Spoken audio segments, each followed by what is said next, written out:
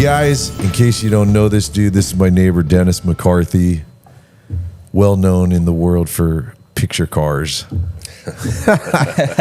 Which is a funny one, you know. It's like I think most people don't even, when you say picture car, I don't think they equate. Wait, what's picture car? Even though in the credits it says, yeah, it's not a terminology most people are familiar with. No, for sure. No, I mean, you would think it's called movie cars, but then that would leave out TV and commercials and all the other crap you do. And you weren't always doing that. You started with a regular mechanic shop in Burbank, right? That's correct. Yeah, at a very, very early age. Hey, real quick, you mind bringing your mic just a little bit closer? How's that? Yeah, that's good. Sorry. And then were you the teacher at Burbank High or was that your dad? So that was me. You were the teacher for auto class or whatever it was, right? Yeah, that was kind of just a fluke, you know, one of those things. I started a business, you know, I think when I was around 20 in Burbank. Jeez. And, you know, went, I think, till around, you know, moved to like, bigger shop. Around 98, these guys walked in and like made me this offer to buy the business and the property. I'm like, wow, this is like the most money I've ever had in my life. I thought it was like the greatest thing ever. You know, in retrospect, it was a bad idea. I should have kept that building. But anyways, you know, but I was like, man, this is incredible. And in my mind, I'm thinking, yeah, man, I'll sell this business and I'll go do something different, you know. So sold it, happened to be at a party, and a buddy of mine I hadn't seen for, you know, a decade probably, rolls up because, hey, man, you know, we're chit-chatting. I go, what have you been doing? He goes, well, I was the auto shop teacher at Burbank High, but I just got a job at a college for more money. He goes, but man, they're desperate. This was like 2 weeks before school starts, and I'm like, I was probably in my 8th or 10th beer at that point. And he goes, would you be interested in that job? I go, oh, that sounds great, man. I'm not doing anything. Sure, you know. So, you know, lo and behold, you know, Monday morning, my phone rings. I pick it up, and it's a school district saying, hey, we hear you're interested in the teaching job. I'm going, teaching job? What are you talking about? You know, and then I think, I was like, oh, yeah. You know, so I went down there, and it was one of those things, you know, they said, can you come down and talk to us? I go, yeah, sure, I'll come down. So I show up like a half hour later with my flip-flops and my shorts. And I walk in the front door of the school there and say, hey, they're all waiting for you upstairs. I go, who's all? You know, but I walk up there, there's like a table with 20 people, and crazy. They're waiting for me, and they sit down, they interview me for like 2.5, 3 hours. Wow. You know, and I'm just like, man, I was not prepared for this at all, you know. But anyways, I answered all their questions. They said, well, thank you for your time. We'll be getting back to you. I said, okay, great. You know, and I'm walking out going, yeah, whatever. You know, and I literally get to my house, and my home phone is ringing. I can hear it ringing from my driveway. I walk in the house and answer. I said, yeah, Mr. McCarthy. Go, yeah, like no one calls me Mr. McCarthy. I'm right. Like, yeah. They go, can you come down? We'd like you to do the start paperwork for the job. I'm like, okay. So anyways, that's how it happened, you know. So crazy. That's insane. I try to picture you in a high school setting, teaching shop. It was no different than when you walk in my shop down here. I'll bet. There was no difference. I'll bet. And I kind of treated it like a business, because I'd run a business. I had employees and everything else. So it was just, you know, I always handled all, you know, discipline in-house. I never said one kid in the principal's office, like if you were, you know, jacking off or whatever, say, hey, dude, get out. What do you mean? I mean, get out of my class. Don't, you know, when you want to act like an adult, you know, come back. You know, that's how I treated it. Yeah, which was probably completely against all, you know, school, you know, coding and rules and everything else. But, you know, it worked. And it's funny because to this day, you know, I still got people that work for me today that were in my auto shop class. Like, you know, Bill down there. Another kid, Logan Sigston, who's quasi-retired now, but he was, you know, great guy, one of my captains. Yeah, I mean, there's quite a handful of kids. Wow. What year was that? It was 98, 99, and 2000. And by 2000, I was doing what I'm doing now. Yeah. And it was overlapping, and it was like the craziest thing ever, right? So I'd get these calls, hey, man, we need you on set. And I'm like, ah. And I'd call like I had like a list of all the teachers that had, you know, conference periods. I'd call them and say, hey, man, I'll give you $50 if you can come cover my class. No kidding. Wow. They go, sure. So they come cover my class, and I'd jam out, and I'd go to Hannah, whatever, Universal on location, and it was just so stressful, man. I'm just going, crazy, oh my God. dude. And then like I'd be getting, you know, a call, hey man, I got a class to cover. I'm like, damn it. I'd be randomly trying to find, you know, frantically trying to find someone else to cover the next class. I mean, dude, it was chaos. Yeah. No, Mr. McCarthy, you're not teaching here anymore. You're paying all the other teachers to do your job. No one ever knew, man. No one ever knew. The principal at the time was super cool. She always had car problems. I was always helping her out, so I had I don't think I ever went. I think in all the years I was there, I went to like 2 faculty meetings. You know, I always had a reason not to.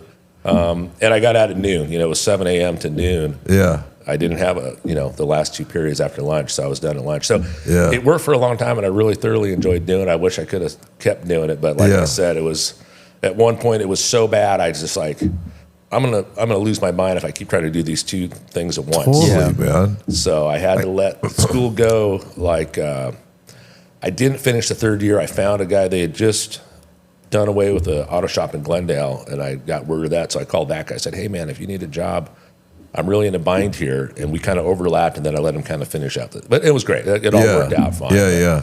But like I said, it was it was an exciting time. It was fun. The kids were great. I really enjoyed doing it, and the shop was super cool. Like I said, the shop was so nice. Like the school district, like the ROP district, they would bring other schools in to see how cool it was. It was really set up with all Snap-on stuff. We had great sponsorship through the Road Kings. They would give us money. And so it was really a lot of fun. Doing it while it lasted. That's by cool. the time me and Dennis got there, I think our 2nd year of high school, it shut down. But they had like a Shelby Cobra kit car in there that they were working on, and we'd go over there with our little bagels during snack time and watch this car get fired up. There's a turbo sitting on the table. And then I think the teacher took all the ROP money or whatever and put it into his own car, and they're like, "That's it, we're shutting the shop down." Dude, Wow. Mr. Lopez. It was Lopez, and there was another guy. I don't know, but yeah, it both went downhill for whatever reason, which was a bummer. It was a shame to see it shut down, because when I was there, they were remodeling Burbank High, and the contractor was like, "Hey, man, I'd go to these meetings. How do you want it set up?" And I go, "Well, I want this. I want that. I want my upstairs. Blah blah." And they really kind of did it as I designed. There was a couple flaws. Like when I came to, I was like, "Oh man, you guys missed that by a little bit," but whatever. It was still a pretty cool shop for high school. Yeah. I mean, we had it all. Mill, lathe, welders. You name it. It was all Yeah. I could see you actually enjoying it. I mean, you're used to having shit. Now you have a bunch of young guys around. I'm sure you bring in your discipline levels, but it's like you make it fun. I see nobody over there looks like they're hating life. Everybody looks like they're super into what they're doing, and as far as I know, Nah, because I believe me, I see a lot that you probably don't see. I see it when I just go cruise over there to say hello. Oftentimes you're gone, right? On set somewhere or in Havasu on the boat, Exactly. But it's I could totally see you doing that and finding a way to make it fun rather than fucking hating life. That was great, dude. I think the kids loved it. We had the time I was racing an off-road truck, so we would basically prep the truck in class, So like I had a motor class, so we'd always, tear the motor apart in front of the kids, have kids helping this and that. And I had like a kid that was like in charge of taking all the shocks off the truck. I had a kid that was in charge of pulling the motor transit, So there's a whole team of kids that worked on it, and they loved it, and they learned a lot, and it was helpful for me too, because I could actually get Well, I'd say get a lot of help prepping your truck. Yeah, exactly. So it was a good time, for sure. So you're doing that, but you said also at the same time you were doing picture cars. What was your first picture car gig? Was it Furious? No. So basically, at that same time, I sold the business. Yeah. I rented another shop down at the bottom of Palm, like right at the 5 freeway. Yeah. Just kind of no name, just kind of doing whatever. And through that, I met, quite a few people. I mean, I already had a lot of studio connections because we did all the trucks and the executive cars for Disney, for NBC. I had a lot of, I knew a lot of people involved in the business just from people dropping off vehicles. Sure. And through word of mouth, I started working on a producer's car at Universal. I think I was restoring at the time, like an El Camino form or something like that. Yeah. And really cool guy. His name was Jim Brubaker. But anyways, he was a super cool dude. And then he was one day saying, "Hey man, I'm doing this movie and I need this military vehicle modified for a movie called Dragonfly." It was Kevin Costner, and his wife actually goes off a bus. I remember that movie. So they go, we got this military vehicle, and Stunts says this thing's horrible, and it was like a 40s military troop carrier, which is probably the worst choice ever for a vehicle to go off of a hillside, because they have a leaf spring pack that's like 30 leaves. I mean, there's no suspension.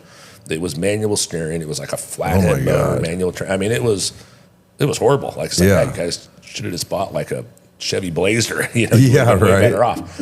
So, anyways, we converted that thing like air ride, and put an automatic, a V8 in it, power steering, power brakes, everything. Yeah. And then the effects guys just put like the nose of a bus on top of that for that shot. So that was like my first ever real movie related job. And then the same guy came back to me when they did a movie, Bruce Almighty.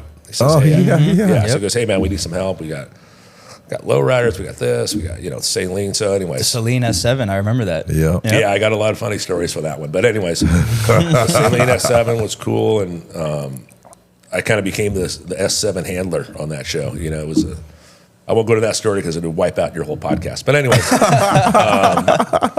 we had a great time on that. But that's when I started getting called to be on set. Like Brubaker, every time there was cars working, he would want me on set. And like somebody said, dude, man, I really can't be there at that time, but I can, Yeah. But then he'd call, hey, man, I need you here. And it was like, it's one of those dudes, like, you just can't say no to him. It's like, Yeah. okay, I'll be right there. I'm like, God, I'm going to pull this up. But anyway, so that's kind of when it started. And it was really that movie where I had to make the choice of either, saving the school gig or moving on to this deal. And obviously, one was a little bit better than the other. So I ended up, merging in where I was pretty much on that movie full time. Yeah. Shortly thereafter, the first maybe month of filming. Yeah. And then I was there full time. So, and then really from that point, I just kept, it's just the next movie, the next movie, the next movie. I mean, I want to say Tokyo Drift was maybe, I don't know, 5 movies later or so. There's quite a few in between. Yeah. That and Tokyo Drift, but Yeah. Do you have out of all, I know it's probably a stupid question, but do you have of all the cars you've built for shows, do you have a favorite that you've ever built? I don't know. I mean, I would say probably one of the best memories of building one would be the heist trucks for Fast Five, and it wasn't so much because the vehicle was so cool, even though it was. Yeah. It was the fact that we got to go out to Parker for like a month and test it. So that was really what was. It was just kind of one of those things where, I sat down with the writer at the beginning of the movie, and he says, "Hey, this is what I want to do. I want to snatch these cars off of a moving train. Yeah. What do you think?" I said, "Well, it kind of designs itself because it has to be yay high, it has to be yay long, it has to." Totally. So I just kind of based off of those specifications came up with that rig, and then he wanted it to, he wanted to be able to roll off. Yeah. So well, that's easy enough. There was at the time there was an effects coordinator named Matt Sweeney that, basically designed that whole roll off system, which was fully functional. Like that's what's cool about. Crazy. That's what's cool about the early years back then was all that stuff was legit. Like everything we built, there was no CG in that thing at all until you get to maybe where the Corvettes, hits the bridge. Maybe there you get a little CG world there, but from beginning to end, there was nothing that wasn't legit. Yeah, in yeah. that whole sequence. Yeah. But anyways, we were doing so much jumping and awesome stuff with that truck that, we went out to Parker, and they basically, I think I had a crew, maybe 5 or 6 guys, and I had a water truck, I had a bulldozer, I had everything. We basically built like a short course off-road track to test these things, man. And I mean, it was like I said, but you think about this every day, okay, we're in Parker, we're going to get up, we're going to go, play with some off-road cars. And then we'd come back. We had a house at the Keys, so we'd take the boat. We'd be back every day by like 3 o'clock. Put the boat in the water, go boating, and just repeat. Dude, that's that's so your life. So that's why it's my favorite build, just because we got the test time, and it was just a fun build, and it's still to this day probably one of my favorite sequences in that entire franchise was that whole Parker train heist. It's so good. Yeah, it was really cool. It's so good. I heard. I think it was. Brad Beaven that I think it was him telling me the story about when you guys were testing, the push of the car off the train onto the heist truck. Yeah. Something about it like a plunger or whatever that pushes it, and well, there was two elements of that. So when they take them off of the train onto the, I'll call it, the off-road rollback truck. Yeah. The effects team actually built these crazy winches. So it was really just like you see it. They had 2 winches that would just wrap around the tires and yank it out. And what was happening is they were coming out so fast, it was sliding across the deck and then was breaking the wheels as it hit the other side so hard. Wow. Anyways, that's what testing's all about. So we got that down. That was good. The plunger that he's talking about, that was like an air ram, and that was for when the Corvette comes out of the train. Got it. Okay. So there was 2 different, means of getting things off the train. Okay. But the GT40 and the Pantera got sucked out, by the winches, and the Vet was on like a air can that just launched it out. And that was, I guess I spoke to you and said everything was legit. That wasn't a car jumping out of the train. That was basically a shell that was launched. But then we had another jump set up, so we had a real car that was like a VW powered Bug. Yeah. I'll say like a Baja little, like I would say like a class 16 car kind of, that would come out, and then it would take that landing and peel off, and then we cut pretty quickly to the Vet, the real car, just because you could see the ride height was just just looked a little bit different. So, Sure. But anyways, I think we had like 11 of those Corvettes just to put that whole little sequence together there. Wow, crazy. Yeah, you guys destroy a lot of cars in the process, huh? We're good at that. Yeah. We're good at wrecking stuff for sure. Didn't you have a truck that had an LS in it that was set up to chase cars too? So like it could keep up with it. It was like Die Hard or something. I think Chris was telling me about it. So you're talking about that same sequence there? No, I'm talking about. You're talking about the truck that was set up to put the car on the back of the truck, the big flatbed. Right. Yeah, that was something else. Yeah, well, back to what you said, we did have a truck. I did have an off-road truck. It was like an off-road pre-runner truck that we used. That was our array camera car. So it had all the cameras mounted on the front. And basically, that was my truck, and I drove that truck. So I drove that heist truck, too, for the majority of that whole sequence. Not every time. They had Corey Eubanks was the main driver, but Corey Eubanks did a lot of other things. But I drove that thing. This is probably one of the sketchiest things I've ever done in this whole business. So we built that truck, and then the truck's next to the train. The gate is down, so it's bouncing off the train. The train is probably going 30 miles an hour. The road that I'm on is an access road next to the tracks. It's only about 8 feet wide, and the truck was over 8 feet wide. And then it's like a 10-foot cliff. So they put a pod on the roof of it, right? So I'm in like a remote, looks like a little funny card, pod thing. I'm on the top driving it from the roof. Then Corey's in the driver's seat because Corey was not only the stunt driver, but he was also the actor, the character in that scene. Okay. And then we got like these platforms. I got the director. I got the DP. I got like 6 people hanging off this thing. And I'm literally up on the top. And I'm probably 16 feet in the air. Jeez. Is it not like crazy and we're top heavy? Oh my God. Yeah, dude. We were trying to do everything we could with the shocks and spring rates. I mean, we could, it was insane. But I remember just being up there bouncing against that train going, this isn't wise. I was just thinking, this isn't a good idea at all. But anyways, it all worked out fine, but it was super, super sketchy. Yeah. But anyways, back to your question about the truck that was tracking. It was an off-road truck we had for that I would drive. So basically, if the truck made a run, or the big heist truck thing made a run, then I would get in this trophy truck, and we had like these different tiers for camera points of view. Then I would do the same route so you could get that point of view shot going. Gotcha. Yeah. And then back to what you asked about the truck we built, where you could put something on the back of it. That was actually built for Bruce Almighty. So we built that during Bruce Almighty to put the S7 on it. We had basically a shell S7. And we did it. We built it all. And then, at the end, I don't think we ever even used it. But, I mean, it was on set.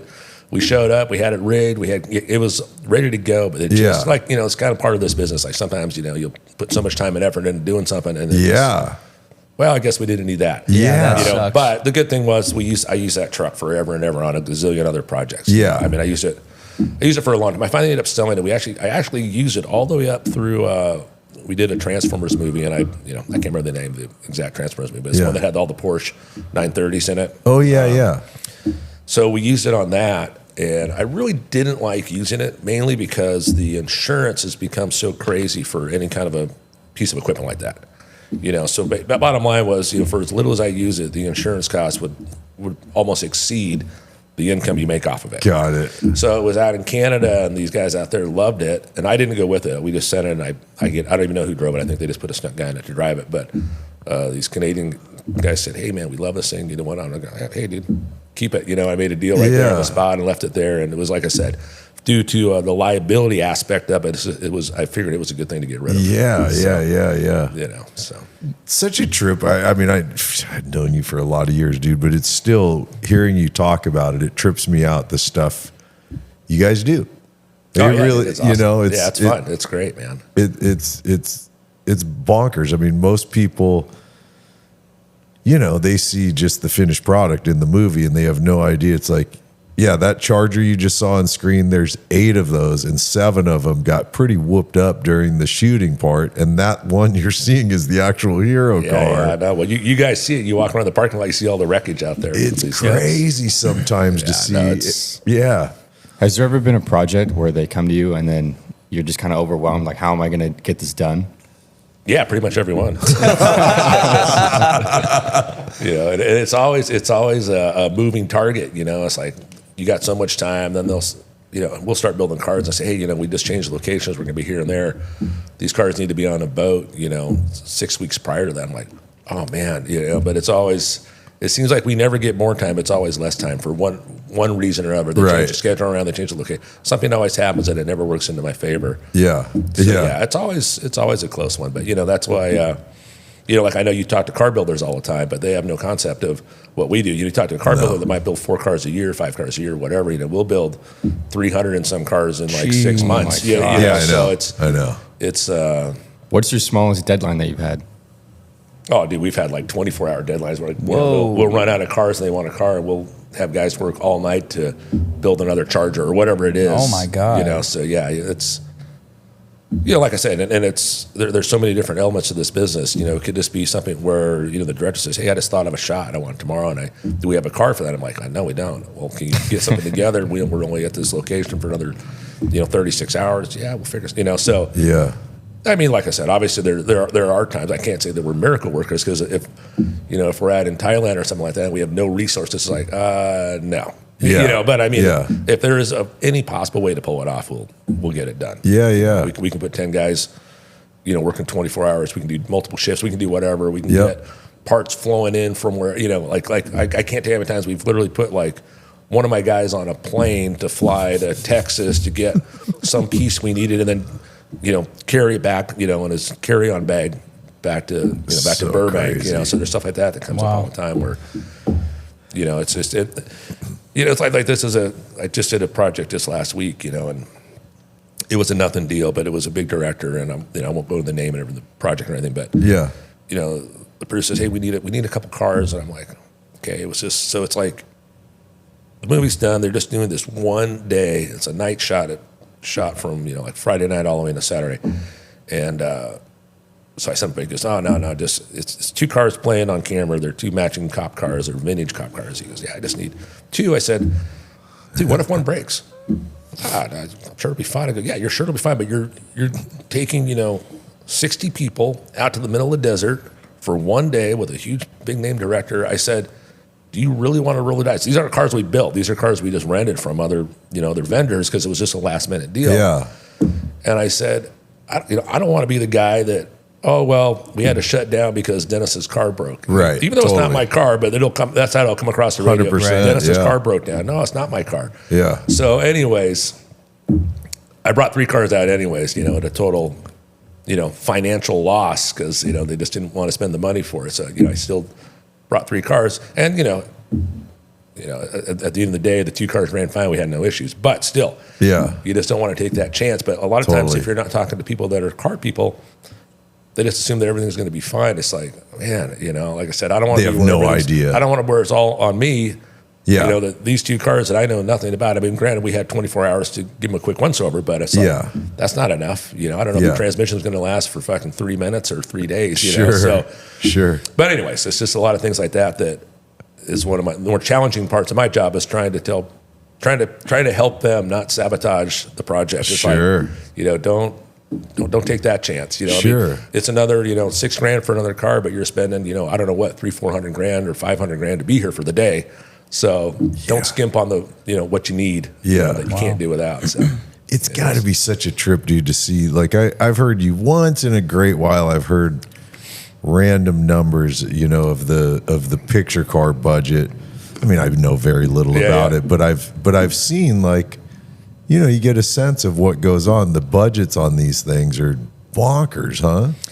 They are, but and somehow, even though you're right, they're bonkers. They're still like never enough. You know what I mean? It's like there's still always financial restrictions that are hurdles for us. It's like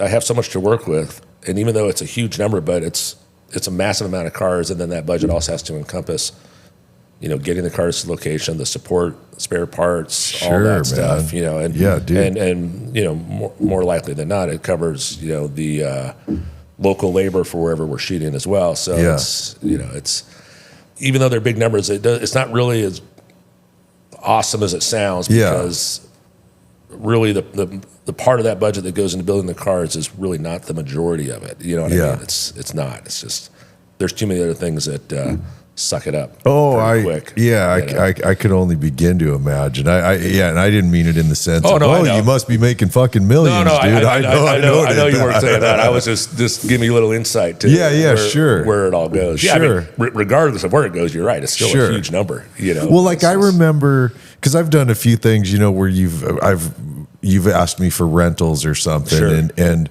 the one I can specifically remember where you go that it didn't even make it into the movie was a day up at Universal in the like where they repair the trams. It was at end of one of the Furious with just Statham and The Rock. 5 or 6, I think, or maybe it was like something opening for 6 or into 5 or something like that. I know it was going to be an ending, and like The Rock's carrying an engine through the garage, and there's this whole scene with the two of them. But when I think about that alone, I mean, there's how many people on set as far as rentals goes. Like I know Steve Strope's car was Strope's car was there. I had my brother's that producer Mustang Ring Brothers car. Sung Kang had his Maverick. That Maverick. I mean, there was a bunch of just picture car rentals, but not to mention all the people that are on set.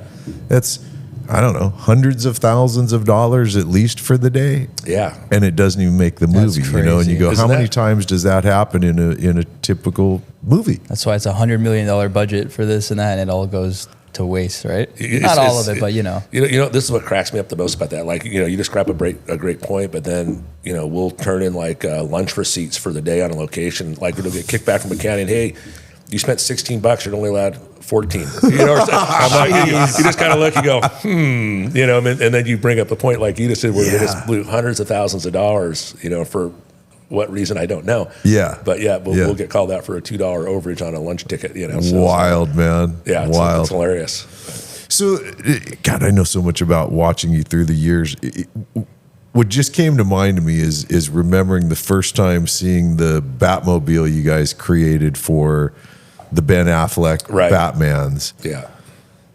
Would you put that in the world of like one of the wildest things you guys have ever built? I think so. And I think it was pretty awesome. I mean, it's a shame on that one too, because that was such a fun build and a cool car and such a great, like everybody involved with that project was awesome. Yeah. But it's another one of those instances where the original storyline was, hey, we're going to jump this thing out of the Batcave. It's going to come launching out, and we're like, right on, man. So I mean, you saw that vehicle, but it had massive, like Class 1 trophy truck style suspension design on it. Totally. The front end of that thing, I think, had like 24 inches of travel. I mean, because it was so wide, the car was 11 feet wide, so you could build an A-arm that was like 3 feet long. 11 feet wide. Yeah, it's crazy. And then the rear was a link, just like kind of like a trophy truck setup in the back. And the bummer was for us in the day, they never did that. They never pushed it to what you built it for, huh? They had one little jump. There was like a shipyard where it comes around a corner and hits a jump, but it was fun though. I mean, that was another one that was kind of like it. It was kind of the closest I ever came again to like that heist truck story I told you with that in Parker, because we were out there in Chicago for like a month. And we built 2 of them, and we were just testing them every day. Yeah. We had a huge, like an airfield we were on, and wet downs, no wet downs, burning through tires. I mean, it was just great. But those things took a serious beating, man, just every day. And I get nervous too. I start saying, hey, man, you beat this car like for a month. It's going to be worn out by the time we go to start filming. But it all held together. Everything was pretty bulletproof on that thing. From the I think you can buy one now. I don't know if there's a company that's making them. They're making like a not that one. There's a company doing the tumblers. The tumbler, okay. Yeah, but you did the tumbler too, didn't you? I did not. No, that was I did work on that movie, and I worked on that movie going back to the camera car we talked about that I just sold in Canada. I was on that job, the first Batman Begins in Chicago. So my job on that movie was wherever the Batmobile went, I would hop in my truck with the camera array. They had cameras pointed every direction just for those perspective shots of whatever the Batmobile did. So the Batmobile would go, and then, okay, Dennis, do the pass. And I'd do the exact same path that the Batmobile did. Wow. Okay. So, does that kind of stuff bother you when you're building a car for a specific reason, or you build a bunch of cars and then they end up not using it in the movie at all? Does that like piss you off? Yeah, I mean, not. I mean, it's the reality is it's just part of the job, it's part of the gig, it's just what happens. But yeah, if it's something like that, we've put a lot of effort in, and we've done a lot of testing. Like we took that Batmobile out. I want to say it was the Honda Proving Grounds out of Mojave, and same kind of a thing. They had a slick. They have everything out there, but they had a big dirt track with some jumps. So we were jumping the thing and testing. It's like, oh yeah, it works awesome. So yeah, it's a bummer when you perfect it, the shock valving. I mean, we spent so much time on shock valving alone to get the thing to land and not bounce, which is hard when you got that gigantic, tractor tire in the back of the thing. Yeah. So it took a lot of valving to get the thing to land, and squat and keep going. Wow. And then, we never really got to push that limit in the movie. But I can't say that I was disappointed because they did really push it. I mean, we had some really cool stunt guys on that hung that thing out. And this is like downtown Chicago, like ghetto Chicago areas. And I mean, I'm just like, coming through, neighborhoods where you're sliding, I mean, full slide and drift in that thing. And I mean, the tail on the back's, a foot off of a wall. And I'm just like, but nothing, the stunt guys never missed a beat. They never made a mistake, never hit a curb, nothing. So it was pretty cool. So still at the end of the day, it was a worthwhile, fun project. Sure. Super rewarded at the end. Sure. So. Well, it's like I think about in the time I've known you seeing some of the stuff. That's why I asked about that one, because I think about so many vehicles I've seen you guys build. Yeah. And that one, most of them make sense in a weird way. I mean, you know what I mean? Yeah, most of them make some sense. Like even the crazy wide body Charger, mid-engine Charger. Right. At a certain level, it makes sense. It's still a car, but fucking Batmobile, dude. Exactly. You know what I mean? And like seeing, like I remember watching you guys having to load it for transport. It's like, okay, the wheels have to come off because they're not going to fit in. Oh yeah, dude, that was a project. That was a fucking all-day project just to get the thing into a trailer. I remember watching you guys out here. Wheels, tires, insanity. We had to put a caster in the front center, and then we'd have to actually pull the tie rods off and the brake lines and flip the spindles around because the hubs would, we had to fit it within a 98-inch wide trailer. Yeah. So, and that's why I mean that one was. It just, to me, it seems like the wildest thing you guys have ever done. Dude, one of the most stressful moments with that car was, this is, I don't know, a year later, whatever, but I got a call that, hey, they want to do a parade lap at the NASCAR race in Fontana. And this is after filming the cars just, beat, and sure. It's like, and, they want me to drive it. I'm going, that sounds fun. But, you think about that. You're on live national TV. You got all the fans. I'm thinking, God damn it! If a fuel pump takes a shit right now on turn 2. But I remember that moment just being like, please don't break. You're just you're going around. But it was bitching though. It cruised all around, no problem. But it was. Nice. But those are those things that really stress you out. Like that stresses you out more than a movie set, because a movie set, okay, fix it, take 2. But when you're on live TV at a NASCAR event, you're like, man, this could ruin me right here. Yeah, it's just Be on the side of the road waiting for the tow truck to come get you off the racetrack or something. Yeah. But anyways, it all went good, and it was a whole lot. After the fact, it was like, whew, all right, that was great. Got through that. Time for a Coors Light. Exactly. That was Such a trip. What you guys do. I guess I get a little peek inside of it, and I don't know. I just see some of the stuff, and it's so bonkers to me. Yeah, never a dull moment over there. No, not at all. Yeah. So I'm curious now. I mean, and I don't. If this is something you don't want to talk about, dude, we'll just edit this part out. Yeah. But it is a curious question that So what is it? A couple years ago that all the strikes happened, right? Is that a couple years now? I feel like it is. Yeah, it's been a bit. And it seems like 100 years to tell you the truth. Dude, totally. I'm sure for you times 10. Exactly. But it is. I know a lot of people are curious what's going on with 10.2. Is there any? Are you allowed to talk about any of that or not yet? I probably could. I just don't really have much more insight than you see online. Got it. I mean, there's something happening. There's talks. There's outline scripts. There's things happening. Yeah. But as far as when and where, I don't know. I wish I knew, but I don't. So we'll see. Obviously, Vin's pushing pretty hard. I hope that he succeeds and gets it here in LA. It would be amazing. So, but there's a lot of budgetary issues trying to shoot here in California for sure. So we'll see what happens. But it's just our state doesn't seem to like revenues, do they? It's just probably the most if you're a producer and someone says we want to shoot in California, they go, oh, I'm sure. Can we please go to Atlanta, right, or wherever Atlanta's else? struggling right now too. And Is I'm not it? exactly sure why, but I think it's just overseas is really taking the taking the bulk of it away, out of the U.S. So Interesting. It's funny, like if I get a call, we're gonna do something in Atlanta. It's like that almost feels like a local movie to me because it's been so long since we've even done anything in Atlanta. Really? Well, if you think about the Fast franchise, I mean, I want to say since 6 we've been in All other over the countries. world. Yeah. I mean, we True. always come back here for a week or 2 weeks, but it's pretty minimal. And you so get to go out there to all these other places? Yeah, I mean, like I said, I try to avoid spending my entire time in different countries because the truth is, on those movies, we're usually still building here to the very end. Right. We usually try to schedule it out where, by the time we get to the end of the shooting schedule, we're just shipping the last cars out from here to there. So Yeah. I do go out and just, try to make sure everybody's happy and everything's cool. But, I'd much rather be here at the shop, making sure everything gets out the door. Totally. Yeah. Once the movie is wrapped for like Fast and Furious, do you take like a big deep breath? You're like, okay, we got that over with. Or Yeah, I mean, really, I would say the deep breath is really when the last batch of cars, leaves the shop to get to location. That's Yeah. really the one where it's like, because that's the most challenging part for us is just get all the cars done by the deadline. So once the cars are out the door and like the shop's empty of Fast and Furious cars, it's like, just relax for a minute, And then filming's usually not that big of a concern because we always have enough cars. Like I said, we've been doing it long enough where we, the goal is don't run out of cars, and so far we haven't after all these different shows. So things break, things get crashed, but it's like, okay, bring up car 8.2, bring up car 8.4, 8.6. We just keep bringing up cars, and then luckily I'll always have some great guys on location. So as we this car gets damaged or whatever, they bring up another car, they're instantly fixing that car,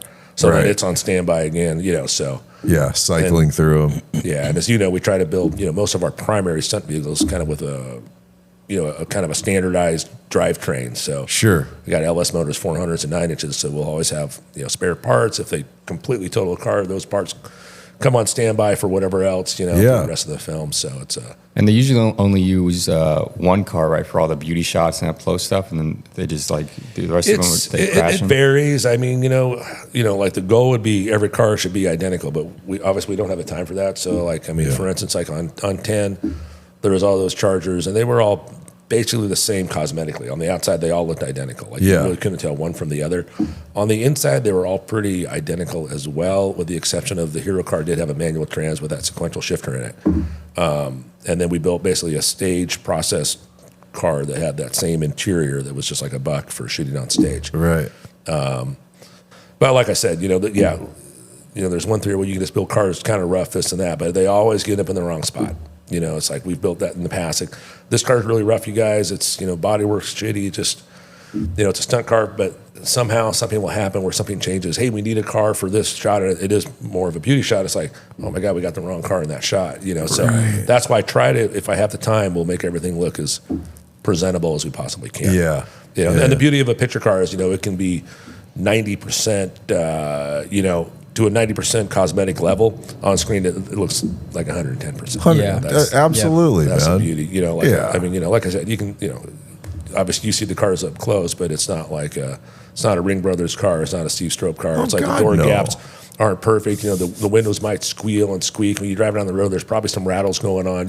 Sure. I mean, everything's solid mounted. The suspension is usually on Heims, not bushings. The motor mounts are solid. Yeah. So that's what kills me too. Is like when actor or producer says, "Oh man, I really want one of those cars after the film to drive." It's like, man, you really don't. You think you do, but once you drive this car for an half an hour through streets of Los Angeles, you're not going to want to drive this. Oh car, God, no! I mean, they're rough. They're made to get through the. Yeah, they're built made for like to a get race the car. shot. They have Detroit lockers. The Yeah. tires. Every time you go around the corner. yeah. They have high stock converters. They never have overdrives. They never have heaters. They never have air conditioning. They have no creature comforts whatsoever. So No, not at all. Yeah, I'm sure those guys, because they're not a lot of these actors and producers are probably not really car guys. Yeah, well, you look at the car and go, oh my God, that thing's awesome. And I won't say they're not awesome, but they're not awesome for your daily driver. Not at all. Has there been anyone that's surprised you that's like a car person that knows more than you thought they would? Yeah, that happens quite frequently. I mean, one really good example, we just did a movie called Matchbox, which was a lot of fun, and it was with John Cena. We were out in the Sahara Desert with these crazy Land Rovers, which you saw at the shop. Sure. That guy can drive, man. I mean, he got behind the wheel and just... And he likes cars. He has a lot of cool cars. He hammered down, and I was like, man, I can't believe that, they're letting this guy hammer down so hard through sand dunes and whoop-de-doos, but man, he never lifted. He loved driving the thing. How cool. Yeah, it's funny, like in this world, like I met him initially on Fast 9, and we brought a car up, and so I called the AD and said, hey, they're Fox Body Mustangs. I said, hey, just so you know, man, all these cars are manual transmission cars. So just, better check with, and I didn't know John Cena at all, but he goes, oh, great. He goes, you don't have an automatic car? I go, no. I said, they're built for a stunt sequence, before. So anyways, he goes, oh, yeah. I said, no problem. Indeed, yeah. He hopped in, drove the shit of the car. No problem at all. And like I said, when we got to this next movie, I was like, wow, man, this guy does not hold back. Yeah. Yeah, it was really fun. Paul was into it too. Oh, big time. Paul yeah, was hardcore huge, car dude. guy. Yeah, he was one guy we'd sit there and chit-chat cars for hours. He loved his cars. They loved driving them and going fast as well. Yeah. He just, by the time that I got involved with, he didn't come back into play until 4, and by 4 it was kind of like, I think in Too Fast, Too Furious, and 1 they were able to do a lot more driving, kind of early stages. Sure. By 4, most of that had kind of faded out, just due to scheduling and everything else. And trying to get it all done, but yeah. Anyways, yeah. But he definitely had a good time with the cars. So yeah. He'd always come out to a test day, and you knew his style, but yeah, I loved all that stuff. So. Oh, totally. No, he was. The little bit that I knew him, he was. He was into it. Like he was definitely a car guy. You know, 100%. Yeah. Shit, I had all of his stuff here after he passed. And yeah. Used to drive. I used to. It's funny I used to deal with his dad because before the estate had been transitioned down to his daughter Meadow. Right. Paul Sr. was the one I used to deal with all the time. And I told him one time, I said, I didn't know your son well, but I knew he was into cars. And I said, I think he'd be really pissed if he knew all of his cars were just sitting here collecting dust. Right. I said, if you don't mind, other than there was a couple of, not California legal cars, like the S15 he had. Yeah. But everything else, I was like, I don't think Paul would be stoked with his car sitting here collecting dust. Do you mind if I drive him from my shop to work once a month? Man. And so for a year or so, I didn't drive my own car. I took one of his cars every day because I had 28 of his cars here. So it was like, E36s and E30s. Great. Some really, really, really cool stuff. Oh my God, man. It was always wild driving those cars. Such a cool collection, dude. Even Vin is actually really getting into cars lately. We just did a Haagen-Dazs commercial, I think it was for the Super Bowl. And I was just talking to a buddy of mine, Alan Padelford, yesterday. He was a camera operator. He goes, dude, Vin was rocking that thing, like coming in hot, sliding it around. Really? He goes, I was like, wow, that's awesome, man. And like I said, we did a whole driver thing with Vin, I don't know, 6 months ago, right before Irwindale shut down. We were probably one of the last things that happened there. But yeah. He was hammering down, man. We had him in a Hellcat, 700 horsepower, and he was just, that's cool to hear. Full throttle. So I'm hoping, he's trying to kind of push it back the way it was and get into some more, action and more, just kind of gritty car shit. So hopefully that comes around here. That'd be cool if it. Given that it's predictably the last of the Fast and Furious movie. Well, I would think so. You know, I think originally it was going to be 10 was going to be the last one, but that's why it's like 10.2 or 10B or whatever. They're stretching 10 into 11, but it's really not 11. But it'd be cool if it came back to LA and it's back to. It's always been about cars, obviously, but it got. When you're taking a Fiero into outer space, you might have crossed the line. It got a little far out there for a minute, but it'd be cool if it returned back to the heart of. I don't know. I just think it's such a great car franchise. I'm a dumbass enough to literally own every single one of those on iTunes or on. Yeah. I do though. Like I own them all because I still enjoy I don't know. I like watching them. Yeah, They're fun movies. If I'm lying in bed and I'm going to channels and one of them's on, it's like, oh shit! All right. I'll hang out here for a minute. You're right. And then I'll say, oh shit! I went all the way to the end of the movie, man. Yeah, but they're just entertaining, and it's just they are. Did they tell you that they're gonna bring the car to space? Well, yeah, I always have a script, so I'm like, you read that, and go, wow, So in my mind, when that came up, I was like, well, this should be like, I was thinking like, 58 Plymouth Fury. I said something with some thick metal, old 50s car, and then the thing comes back. Oh no, we want to do a Fury. I go, God, those things are made out of plastic. I don't know if they're gonna do too well. Anyways, but that was one of those ones where, reality wasn't, really kind of the priority. No, it definitely didn't play much into that one. I'm just curious on like how many times you look at the script and you're like, what? Why are we doing that? Like, yeah, it's, like I said, at the end of the day, I used to be much more critical, but it's like, I just want to make some cool cars and have them look good on screen. Sure. So totally. Because I think in Too Fast and Furious, they really came to you for like influence on what this guy would drive, right? No, not at all. So Too Fast and Furious had nothing to do with it. So it was Tokyo Drift. Okay. And that was great. That was Justin Lin. He was, still one of my favorite directors, an awesome guy. And he was kind of new to the whole car thing, so so that was a lot of fun. That was a lot. I definitely had a lot more input than that. I won't say I had as much input as I wanted on paint and color schemes. So, but whatever, close enough. And, which was the one with the eclipse, the purple eclipse and the green? That's Too Fast. That wasn't me. Okay, Yeah. that wasn't you. No. Okay, all right. I think out of all the cars in the franchise, that might be my least favorite is the purple eclipse. But anyways, Yeah, Dennis has way too much class for that. the purple eclipse was like, oh, jeez. So aside from, because obviously we could talk your career forever, but there's also the shit you do for fun. And I know one of your big things, so recently I was out at Havasu, right? I'm not a big boat guy at all, but all of a sudden I'm kind of hooked on Havasu because obviously you're out in the water playing, having fun all day, having some cocktails.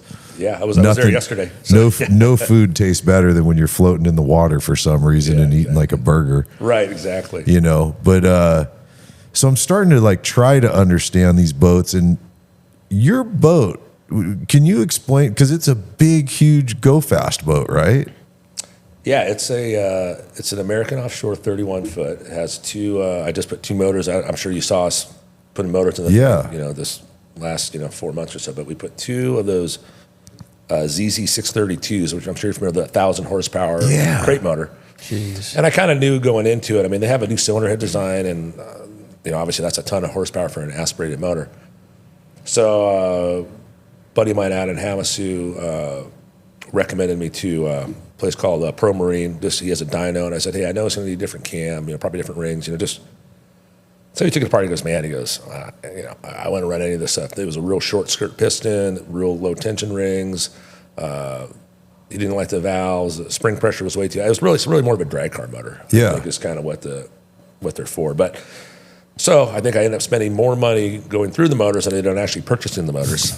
But to get them like marine worthy. Yeah, but they're in the boat and they're amazing. It's the first time I've ever had fuel injection in a boat, which I was literally I'm gonna put a Dominator 1150 on top of these things, just because I'm so familiar with those. But everyone talking, no, man, hey, try it. And I really made the right choice because the thing starts. They dynoed at 1,140 horsepower when we were done.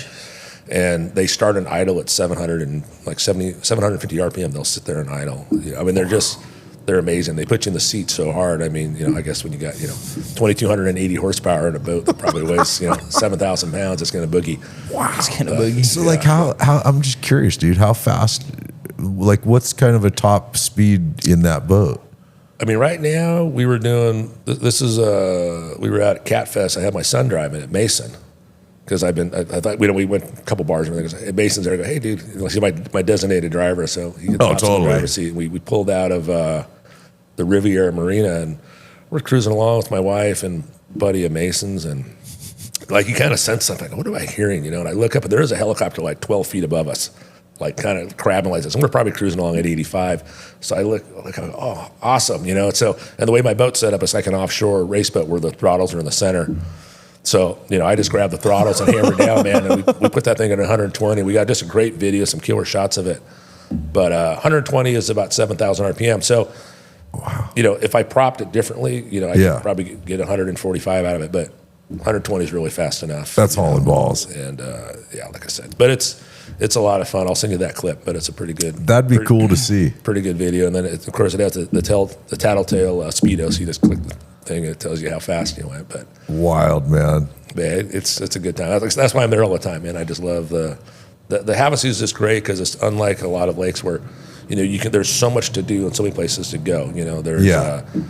There's Pirates Cove, there's Topak, there's a new place called Gold Mine Saloon, which is awesome. There's Havasu Springs, and if we go from the island and we go up to Topak. I mean, it usually takes you an hour to get there because there's a couple 5 mile an hour zones. You're cruising, you know. You're just, but it just makes for a great day, and it's a great destination. You go have a great lunch. Hop back in the boat. It's just a lot of fun. So it's, dude, I'm hooked now. Like my buddy Dave's got a spot out there on what is it, the Islander RV Resort? Yeah, right. You know, and it's and where he's at, you walk out the door and you jump right on his boat. He doesn't have to put it in and take it out every day. Yeah, that's the way to do it for sure, man. Just, dude, so much fun. I mean, like, you know, you should have told me you were there. I was probably there. I don't know. I'm not sure when you were there. I was there 4th of July weekend. Oh, dude, we were there. Were you really? Of course. Yeah, dude, we were there for like a week. You know, for sure, man. Yeah. Next time I'm going out there, I promise you, because I told him I want to go like at least one more time before the season's up. Yeah. I've been every weekend, and when I say weekend, it's usually like a Thursday to Monday or a Thursday to Tuesday or whatever. But I've been every weekend, I think, for the last few months. You know, which is so. And do you have some off-road toys out there as well? Yeah, I've got a ton of off-road toys. So it's just, that's what I love about the place is, you know, you go boating all summer, and then it starts to get a little cold around. And honestly, even November is a great boating weather there. But as soon as the temperature drops, you just hop in the off-road cars and go. I mean, right now I'm building. I don't know if you saw it down there, but I'm building the ultimate Lake Havasu Parker vehicle. I bought the old Frank Scoop Vessels Class 8 truck, which is super iconic. It's something like if you were in off-road racing in the 80s, you would know that truck. It was black. It had the gold, stallions on the side, but it's being fully restored. It'll have air conditioning. It's just an awesome piece of machinery. It's I saw the truck when I was, I think, like 18 years old. I just happened to be in Vegas. I think there was the Mint or something like that, and things rolling through tech. And I was at the time I was building a Class 8 truck, and I look at this thing, and it's rocker arm suspension, had cantilever front suspension. I mean, it was so above and beyond anything else in the in the world of Class 8 trucks at the time. Yeah, it was built by PPI, which was the same company, Cal Wells, that did the Ivan Stewart truck. So that kind of puts it in perspective. Wow. Yeah, definitely like a no expense spared off-road build. So, and I tried to buy the truck once like 15 years ago, and didn't work out, but it came up for sale like a month ago. Yeah. And I saw it when the ad popped up on Facebook Marketplace, like within 6 minutes, and I was like, instantly, let's make this happen. I'm buying this thing. Yeah, I'm not going to miss it again. Yeah. So, I was going to just clean it up and do a few things. Of course, I ended up stripping it down to a bare body and chassis and sandblasting it and everything else. But it's just got out of paint yesterday, so it's going to actually start getting assembled now. And my goal is to have it ready before Thanksgiving. It's kind of the goal. Yeah. So. Well, the pace you guys operate at, you should be able to have it done by the end of today, man. There you go, man. Yeah, throw 10 guys on and say, hey, we need it. I saw it when Richard was up here recently from MagnaFlow, like last week or something. They were up here, and because I'm sure he's probably helping you with exhaust. Oh, yeah, he totally hooked us up. I sent him all the headers, which were like the most elaborate-looking headers ever. They're like equal-length headers, and they wind around shocks and steering shafts. I mean, they're just crazy. It looks like a big bowl of spaghetti. Yeah. But they leak from everywhere, which, is to be expected, being, they're over 4 decades old. But crazy. So I sent him to Rich, and he was just going to change, some other like multi-piece headers. He was going to just, instead of flanges, he was going to do, V-bands and all that stuff. I go, great. Dude, he shows up at my shop. Well, you saw him yesterday. Yeah. He scanned the entire exhaust system and recreated it all out of stainless, and it's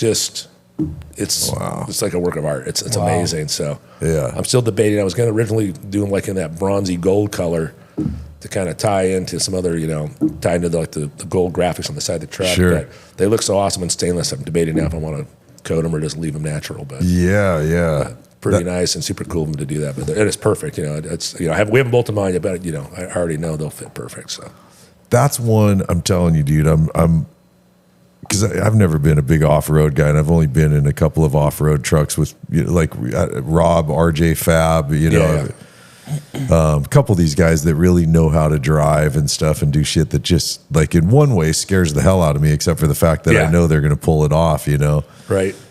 Total dream to come out to Havasu, go for a ride with you. I mean, you've been driving, doing bonkers shit your whole life, Yeah, no, it's great, dude. Like I said, there's a place out there called the Bunker Bar, and it's I can literally take off out of my driveway and go like 100 yards. I'm in the dirt, and you can take the dirt all the way to the bars. It's great. Oh, it'd be so fun, man. You can, on the way there, you can stop off, blow through 100 rounds of ammo, carry on. It's It's like the Wild Wild West out there. That's what I love it. That's It's sick. just. Are you only into off-road or are you into other cars too? Oh yeah, I like anything fast for the most part. Dude, they've always had sick cars. So, I'll never forget. I think Thomas Jefferson Elementary School, Mandy pulled up in a brand new CTS V. Yeah, right. And I was like, That damn, this is that sick. was, And then when we got to high school. 2014, yeah. Yep, she had the Z06. Stick. Yep. And I was looking at all these Armenian kids like, you guys can't even drive stick. His mom is driving a stick Corvette. Come on. That was a fun car. Yeah, 7-speed. That thing was. Yeah. That was I want to say it was a 2017 Z06. I wish I would have kept that car. That was a good one. Yeah. I should have hung on to that one. It was just, we sold it. It was my wife's car. I mean, I think the thing had probably 5,000 miles on it. Wow. Wow. Should have kept Such that a one. killer car. Do you still have the Blackwing? Of course, yeah. That one's a keeper forever. Is That's it? an Hamasu. You got to keep Is it that one. really? Yeah, that one's a keeper for sure. That's why I asked if you still own it, because I've never seen it here anymore. It's out in Havasu. Yep. It's I love that car. I mean, it was the first gen. I think that's what, a 2022, I believe. But Yeah. I really like that headlight design way better than the new ones. Like we just had some new ones on the movie, and they have like a more vertical, kind of like a Silverado light going on or whatever. But mine has those kind of, I don't know. That's a I love sick that car. car. Every time I drive it, it's like, and that car, I've had that car for 3.5 years now. I think it has 2,000 miles on it. So I obviously don't drive it enough. Dude. But Those are 660 something horsepower? yeah, it gets with it. LT4, right? Yeah, it gets with it for sure, man. It's just Yeah. a fun car, and I love the interior, the seats, the bucket seats that it has. And Yeah. they got stick shift too, bro. yeah, That adds on. well, stick one? that's why I bought it. What's funny is when I had the other CT5, I was like, okay, they were coming out with a new body style. And I said, well, I should sell this thing before the new body style comes out because I didn't want to devalue, so I'm going to sell it because they said that the first year of the new body there'd be automatic only, but the next year there'd be a manual. Well, that never happened.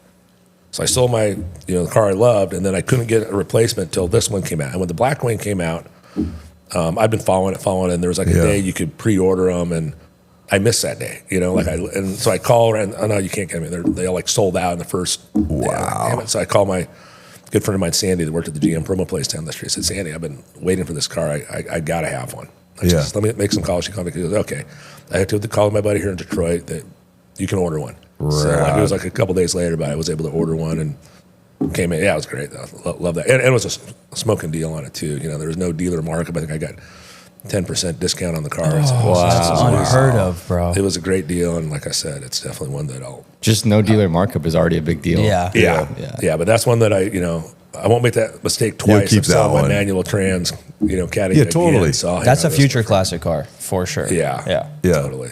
The other one I'm curious if you still have, just because I don't ever see it anymore, is the manual Charger that you guys built.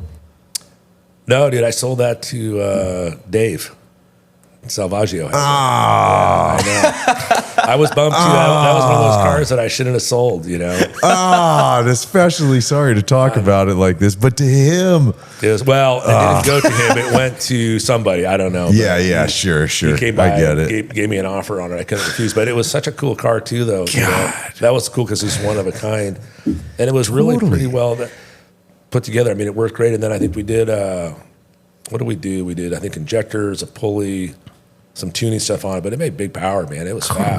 was awesome. That was a total Frankenstein build too. Didn't you start with just like a regular Charger and then put the flares? We started and like with an RT or something like that. Are there any pictures of this? we did a video on it, dude. Yeah. Sean's driving it. Dennis had me scared before I drove it. He's like, just watch out, man. This thing, there's no granny assist. It'll spin tires through fourth gear or whatever. It was really a fun car. Fucking awesome. Yeah. Awesome. Such a cool car, man. I'll tell you the other Kyle, reason what's the that title? I was inclined to get rid of Stick it shift, was Charger, because Autotopia. my kids were driving it all the time. And like one day I look at the tires are bald on the back of the thing. I'm going, man, this isn't good. Yeah, totally. But that car, it got with it for sure, though, man. Oh, man, that was a good fun one, car. dude. No. Or it's a modern Charger. No. I'd like That to, one right I'd like there. to- There it is. I'd like to build one of those again. If I were to do it a second time, I would start with a Hellcat. Yeah. So I Go back to wasn't. the beginning. We literally, the car was a bare shell. But if I started with a Beginning, Hellcat, then I would beginning. convert it to a manual trans. Right. It'd be a much easier job, and I think it'd just be a Sure. better There final you go. product. Look at that. All right, maybe we did a little burnout. Car was good at doing burnouts, man. It was so fun driving this thing. Yeah, that's sick. Dodge for me has been so great how they've nailed it on sounds. Oh my God, those cars sound amazing. I mean, and then the especially just change whine. the pulley, and the whine gets like Totally. 30% louder when you just change the pulley in the car. But even if you don't, you know what I mean? It already, like just They a sound bone wicked. stock Hellcat, you get all the wine in the world, and now you change that car was so bitchin'. Well, Dodge totally helped me on that because I wanted to build a manual trans car for the movie, and I sent them a whole parts. I said, we'll just send you a Hellcat. Unfortunately, we didn't get everything going until after the movie. We still used that car for a whole bunch of press events for the film because it was an exact replica of the movie car. So anytime we did any kind of a whatever event, I wanted to use that car because it had the clutch pedal and the trans, and which matched, once again, our process buck that we built for the film. Yeah. So Yeah. Well, look, we're getting a little long on time, dude, and I got to pee like I can't quite tell you. No worries, buddy. We'll end it out. I know how busy you always are. And 2 days in a row, we're getting you because you're in at MagnaFlow tomorrow, right before us. Exactly. So we'll probably pass each other That's on the too way funny, in and man. out. Yeah, exactly. But dude, thanks for doing this, man. I know you're not big on doing this kind of shit, No worries, and I always kind of geek out when we get to do stuff like Well, this. that's honestly, cool because, like bro. I said, I can walk 100 feet in Yeah. air, so Yeah, at least you're about as close as you can get. So Fucking lot better than the commute coming up tomorrow, huh? that's gonna be a bit of a drive for sure. I know. Since we're both there, we should have had Rich, move his. Oh, we could have had him, Set it up Set right it up here, right dude. here, yeah. right here. It's You got not too everything. late, make some calls. If you can pull that off, I'll buy us all dinner. So We'll just let me know. just do an M, Hey, make you that call. know? Make that call. Yeah. Thanks, Dennis. Right on. Hey, Thanks, John. bro. Thanks. Yeah, man. Yeah, brother. Thank you.